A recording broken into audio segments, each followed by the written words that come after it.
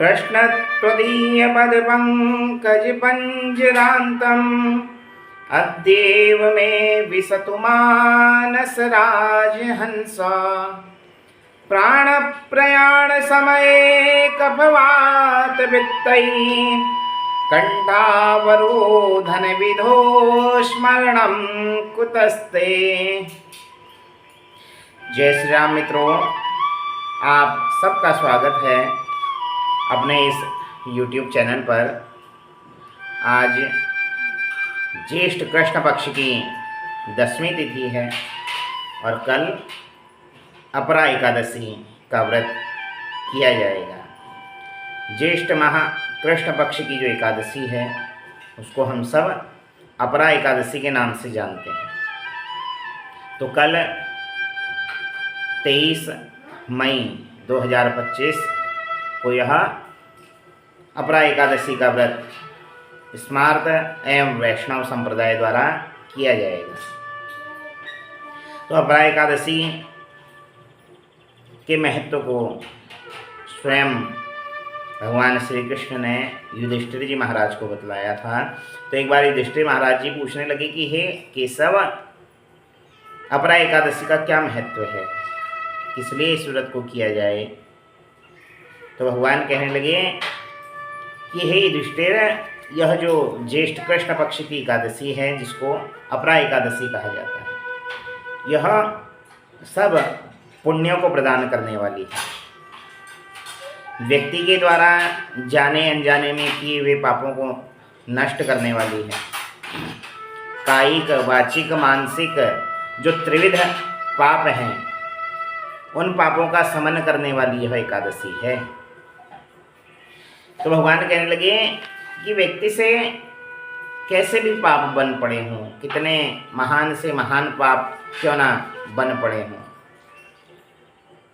असत्यवादी व्यक्ति हो,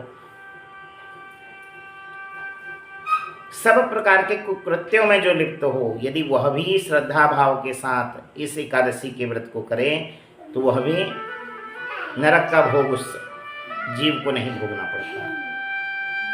जो अपने मन, वचन, कर्म और बुद्धि को परमात्मा को अर्पित करके इस एकादशी के व्रत को करता है। भगवान कहने लगे कि जब सूर्य मकर राशि में स्थित हो और उस समय जो प्रयागराज में गंगा स्नान करने का फल है, वही फल इस व्रत को करने से जीव को अनायास ही प्राप्त हो जाता है। गया में पिंडदान करके जो पितरों को तृप्त करने का पुण्य है, इस व्रत को करने से वह पुण्य भी जीव को प्राप्त हो जाता है। गुरु जब सिंह राशि पर स्थित हो और उस समय गोदावरी नदी में जो स्नान करने का फल है वह भी जीव को प्राप्त हो जाता है। बद्री, केदार आदि यात्रा करने के पश्चात, वहाँ तप करने के पश्चात जो फल की प्राप्ति होती है वह फल इस व्रत को करने से जीव अनायास ही प्राप्त कर लेता है। चंद्र ग्रहण, सूर्य ग्रहण के समय कुरुक्षेत्र आदि क्षेत्रों में स्वर्णदान आदि अन्नदान, जलदान देने का जो फल है वह भी इस व्रत को करने से जीव को प्राप्त हो जाता है।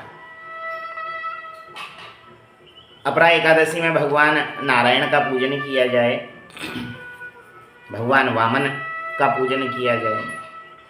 अपने सामर्थ्यानुसार यथा शक्ति केवल मन में नारायण का ही स्मरण चलता रहे। उपवासः उपास्यते समीपः इति उपवासः, अर्थात मन में सदैव नारायण की स्मृति बनी रहे, वही वास्तव में उपवास है। अपने 10 इंद्रियां और एक मन, यह 11 चीज़ें भगवान को अर्पित करने का नाम ही एकादशी है। तो कल 23 मई 2025 को यह अपरा एकादशी का व्रत किया जाएगा।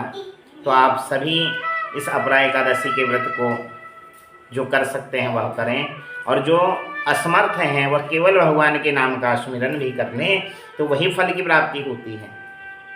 भगवान के नाम में इतना सामर्थ्य है कि जीव के सब पाप तत्क्षण ही नष्ट हो जाते हैं। जैसे रुई का ढेर है, उसमें यदि तनिक भी अग्नि लग जाए तो रुई का ढेर एक क्षण में ही समाप्त हो जाता है। वैसे ही जीव के पाप हैं रुई के समान और भगवान का नाम है अग्नि के समान। इसलिए कहा गया कि कलयुग में केवल भगवान का नाम ही आधार है। कलयुग केवल नाम आधारा, कलयुग केवल नाम आधारा, सुमिरे सुमिरे नर उतरहि पारा। कलयुग में केवल भगवान का नाम जीव ले ले तो सब फलों की उसको प्राप्ति हो जाती है। तो कल हम सब इस व्रत को करें। जो व्रत ना कर सकें कम से कम चावल का त्याग कल के दिन करें, चावल को ग्रहण ना करें, भोजन में चावल को त्याग दें और नारायण का स्मरण, नारायण का चिंतन मन से सदैव करते रहें। तो इसी मंगल कामना के साथ कल आप भगवान का सुमिरन चिंतन मनन करें। हम सब भगवान के इस उपवास को करें। इसी मंगल कामना के साथ पुनः किसी अन्य विषय को लेकर आप सबके सम्मुख उपस्थित होऊंगा। और आगामी 26 मई को महिलाओं को समर्पित जो वट सावित्री का उपवास है वह भी 26 मई को किया जाएगा। तो उसकी जानकारी अगली वीडियो में लेकर आप सबके सम्मुख उपस्थित होंगे। तब तक के लिए आज की राधे राधे, जय श्री राम, हर हर महादेव।